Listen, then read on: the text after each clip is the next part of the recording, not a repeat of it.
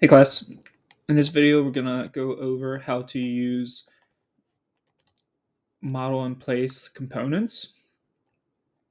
Under the architecture tab, if you drop down the component tab, there's a model in place button.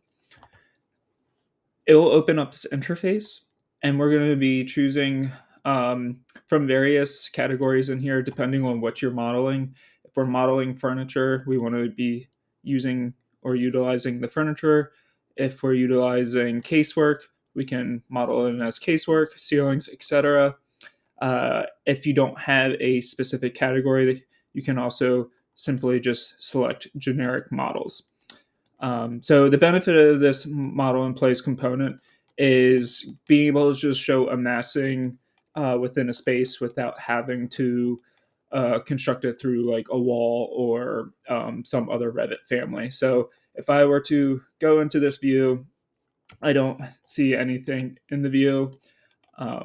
And for the assignment, I had given you guys the option to utilize filled regions to just block out areas for casework or furniture, such as your reception desk and things like that. So this is a filled region in this view. If I go into the elevation view, it's not showing up because that's a 2D view. If I were to want to convert this filled region 2D item into a 3D object, I can simply go to model in place. I can select furniture. I'll press OK. It's going to come up with a box. You can label it whatever you want. Here, we're just going to say reception desk. And it's going to open up this interface where you see up here, it says there's now a create tab. There's extrusion, blend, revolve, sweep.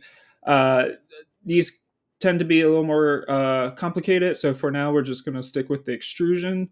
And then once you're finished, you can either finish the model or cancel model. So we're going to want to create an extrusion here. Similar to all the other modeling options for the drawing specific items, we can select lines, we can simply draw rectangles, lines, etc. So I'm going to just quickly trace over that filled region. You can see this is the perimeter now. Now, it's one thing that is important to note is when you're modeling a component in place, you're going to be working from a work plane. So here you can see we're working from the level first floor. And then we see an extrusion end and extrusion start. So extrusion start is saying it's starting the extrusion 0 feet and 0 inches above first floor. And it's going to extend all the way up to 1 foot.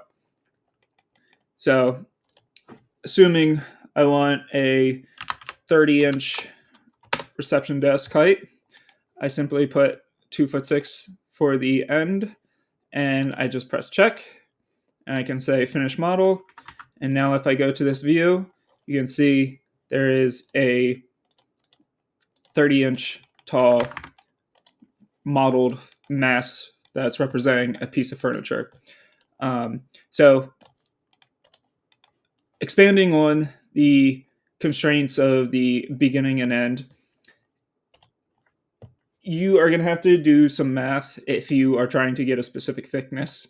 So say this is a countertop that I want the top of it to be 30 inches. I know my countertop is going to be plus or minus 1.5 inches. I'm going to have to take 30 inches minus 1.5 inches, and I'm going to simply put the 2'4" and 1.5. So now if I were to dimension that, you can see it's 2.5. I'm sorry, it's 1.5 inches thick, 28.5 inches from the ground to the bottom, but the overall is still 30 inches. So again, you can finish model and then you have it in place. If you ever want to modify your model in place component, you can simply click on it and then hit the edit in place again. One thing to note, you can also modify the component in all views. So you can pull and push. You can modify it on all planes. So you don't necessarily need to edit in place. This just allows you to be more exact about it. And that concludes model in place components.